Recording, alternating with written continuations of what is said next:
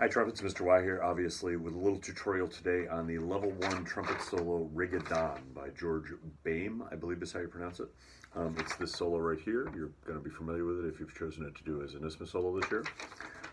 Couple things. First of all, you do want to number the measures because I'm going to be referring to measure numbers throughout the entire song. So you might just want to do the little measure numbers like I've done here, just so you know where I'm talking about. Just one little note, there is a misprint in this music too. Measure 36 is printed down at the bottom in a big box. That's actually measure 37. They must have miscounted when they did this. So I'll be referring to this as we go through. A couple things to know. First of all, this song is in the key of F concert. That means there's one flat in the key signature. So your B's throughout the entire song are going to be B flat, first valve, not B natural, second valve. Please note that. Make sure that's correct as you play through the beginning. You may want to practice the F scale just to get really good at the notes involved in Rigaudon, of course, because it's based on the key in the key of F. However, I will say that the F scale goes quite a bit higher than this. The F scale, of course, goes up to the high F on the staff for the trumpet. This solo only goes up to the C, which is kind of nice, actually. You don't have too many high notes to worry about at all. This is a level 1 solo, so the range is pretty limited. Okay.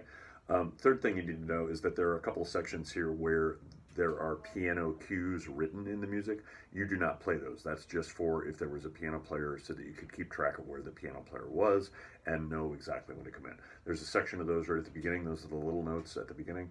There's a section of those at measure 25 where it says piano.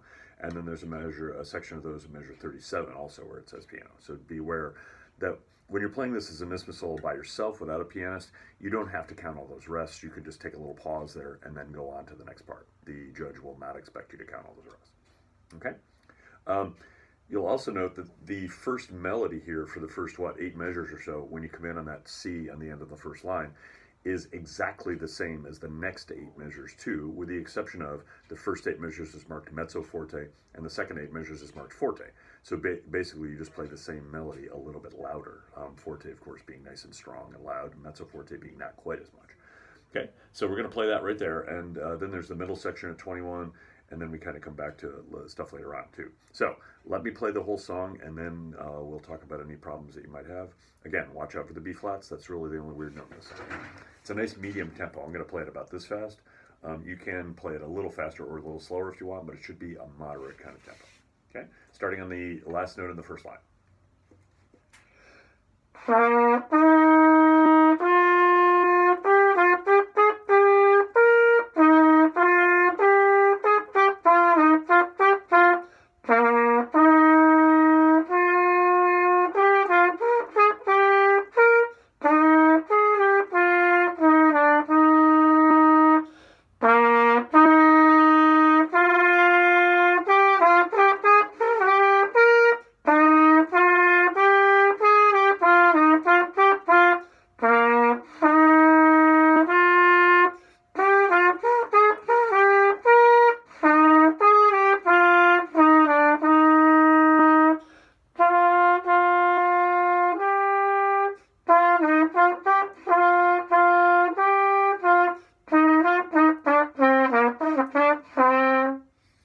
For the piano for just a minute, coming in on the note before 29.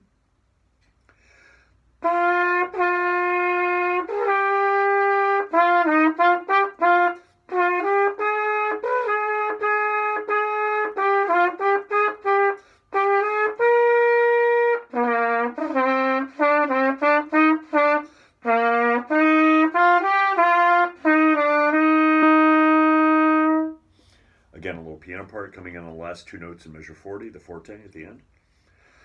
Let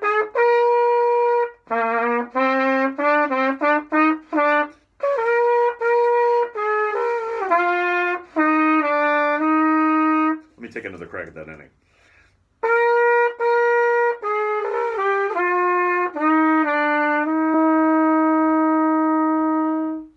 My sound is not really good today. I apologize for that. I should have warmed up a little bit more, I guess.